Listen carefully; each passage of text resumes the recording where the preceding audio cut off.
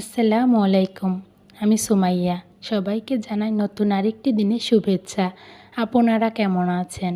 আশা করি আল্লাহর অশেষ রহমতে আপনারা সবাই ভালো আছেন। আলহামদুলিল্লাহ আমরাও ভালো আছি।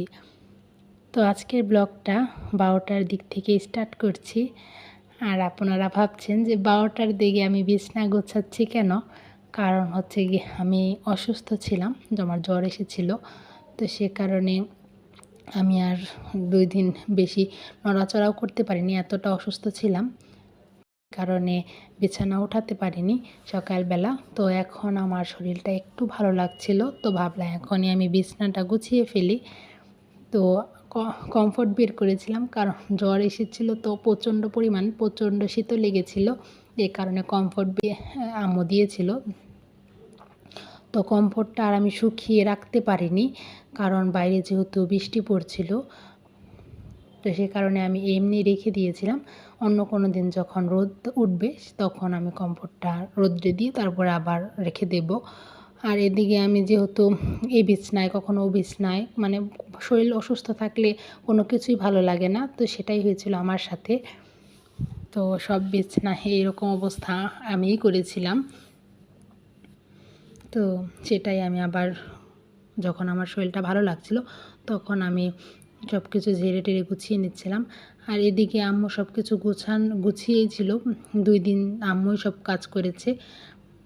আর এই বিছানায় আপনারা অনেক দিন যাবৎ এই কোল বালিশটা দেখছেন যে আম্মু বানিয়ে এনে রেখে দিয়েছে, কাভার এখন পর্যন্ত কিনে আর ব্যবহার করা হয়নি। তো বিভিন্ন সমস্যায় ছিলাম, এই ঝামেলা ওটা সেটা, এ কারণে আর যাওয়াও হয়নি। তো শীঘ্রই কোলবালিশের কাভার 2টি কিনে ফেলবো। তো এই বিছনাও গুছিয়ে ফেলছিলাম। তো আম্মু মোটামুটি সব কাজই করে গুছিয়ে ফেলেছিল, তো আমি শুধু হালকা পাতলা কাজগুলো করছিলাম।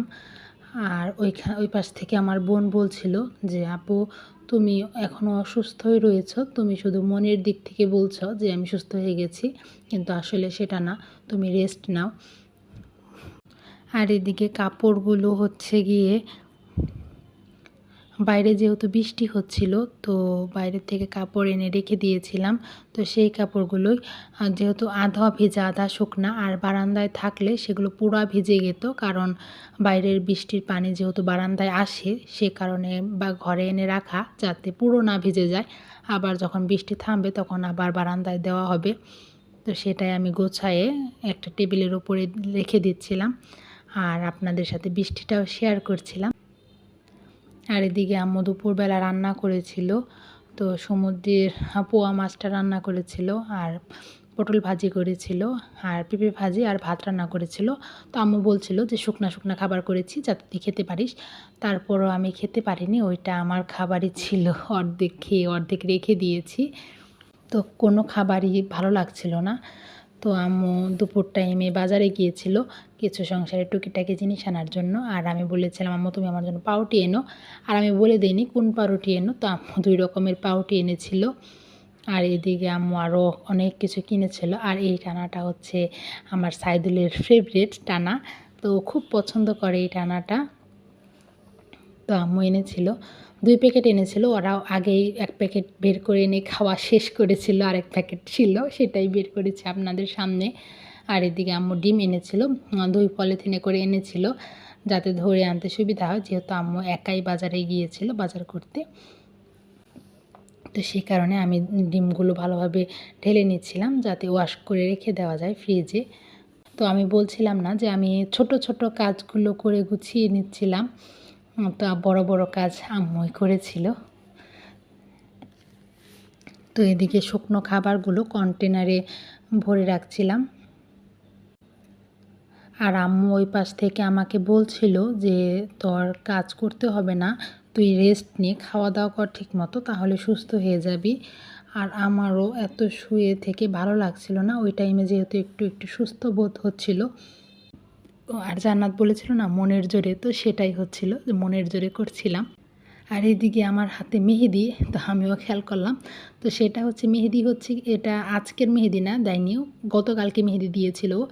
আমি শুয়েছিলাম জ্বরে, তো দিনের বেলা। তো বলছিল, "আপু তুমি শুয়ে আছো, তোমার সাথে কথা বলি।"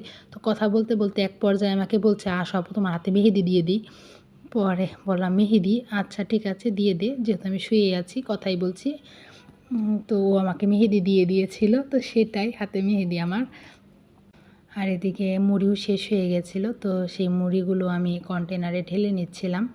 তো আমার গলার ভয়েস দেখে আপনারা বুঝতেই পারছেন যে আমার গলাটাও অবস্থা ভালো না। তো ইনশাল্লাহ সুস্থ হয়ে গেলে আবার আগের মতো করে ব্লগ দেওয়ার চেষ্টা করব। আর আপনাদের খুশি মতো কাজ করার চেষ্টা করব। তো এদিকে রান্নাঘরে কিছু কাজ ছিল, সেই কাজগুলো আম্মু আমাকে বলছিল, "সাবধানে এই কাজগুলো তুই করতে যাবি না, এই কাজগুলো আমি করে ফেলি।" তো আমি বললাম না যে আম্মু বড় বড় কাজ সবই করেছিল, তো সেটাই আম্মু সব কাজই করে দিয়েছিল, আমি শুধু হালকা পাতলা কাজগুলো করেছিলাম। তো দুধ জালটা হচ্ছে গিয়ে এরকম যে মাঝে মধ্যে এসে নাড়া দিতে হয়, না হলে দুধটা লেগে যায় নিচে, কারণ খাঁটি গরুর দুধ তো আর অনেক ঘন, এই কারণে।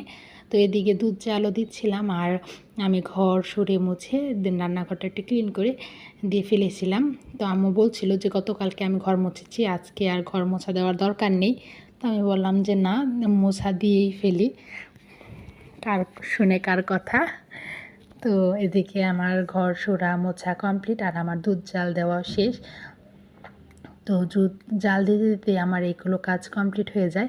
প্রায় সময়ই যখন রান্নাবান্না শেষ হয় তারপরে কিংবা সাইদুলের জন্য আমি দুধটা জাল দিই, কিংবা আমি সকালে দুধটা জাল দিয়ে ফেলি, এরকম হয়। আমি রান্নার মাঝখানে এই দুধের ভেজালটা করি না। দুধটা কিংবা প্রথমে জাল দিই কিংবা লাস্টের দিকে জাল দিই, এরকম করি আমি। আর এদিকে আমার ঘরটা মুছে দিয়েছে, আর যেহেতু কারেন্ট ছিল তো ফ্যান ছেড়ে দিলে শুকিয়ে যাবে এই ভেবে আমি বৃষ্টির মধ্যেও ঘরটা মুছে ফেলেছিলাম। তোমার শরীরটা ভালো ছিল না যে আমি ওকে উঠে উঠে ঠিক মতো খাওয়া দাওয়া করাবো। আর আম্মু যথেষ্ট চেষ্টা করেছে, কিন্তু আমার বাচ্চা হচ্ছে গিয়ে কারোর হাতে খাবার ঠিক মতো খায় না। আর এদিকে আমি গোসল করে এসে নামাজ পড়ে নিয়েছিলাম। তো গোসল শেষে আমার এতটা শীত লাগছিল, তো ভাবলাম যে চুলটা তাহলে শুকিয়ে ফেলি হেয়ার ড্রায়ার দিয়ে। তো সেটাই, চুলটা শুকিয়ে ফেলেছিলাম হেয়ার ড্রায়ার দিয়ে। তারপরে শুকানো শেষ করতে করতে আমারও প্রচণ্ড খিদে পেয়ে গিয়েছিল।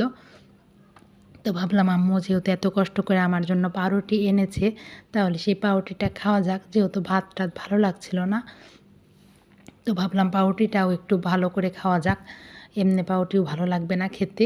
তো সেই পাউরুটিটাই আমি মাঝখানে সুন্দর করে কেটে তারপরে ফ্রাই প্যানের মধ্যে তেল দিয়ে সেই তেলটা গরম করে তারপরে পাউরুটিটা ভালো করে ভেজে তারপরে আমি দুধটা দিয়ে খেয়েছিলাম। আর দুধটা আবার নতুন করে গরম করে খাচ্ছিলাম, কারণ দুধটা ঠান্ডা হয়ে গিয়েছিল যখন জাল দিয়েছিলাম। তো এইভাবে আমি খাচ্ছিলাম, আমার কাছে তারপরে ভালোই লাগছিলো, মোটামুটি শরীরটা একটু সুস্থ সুস্থই লাগছিল। তো আজকের মতো এই পর্যন্তই, সবার সুস্থতা কামনা করে আল্লাহ হাফিজ।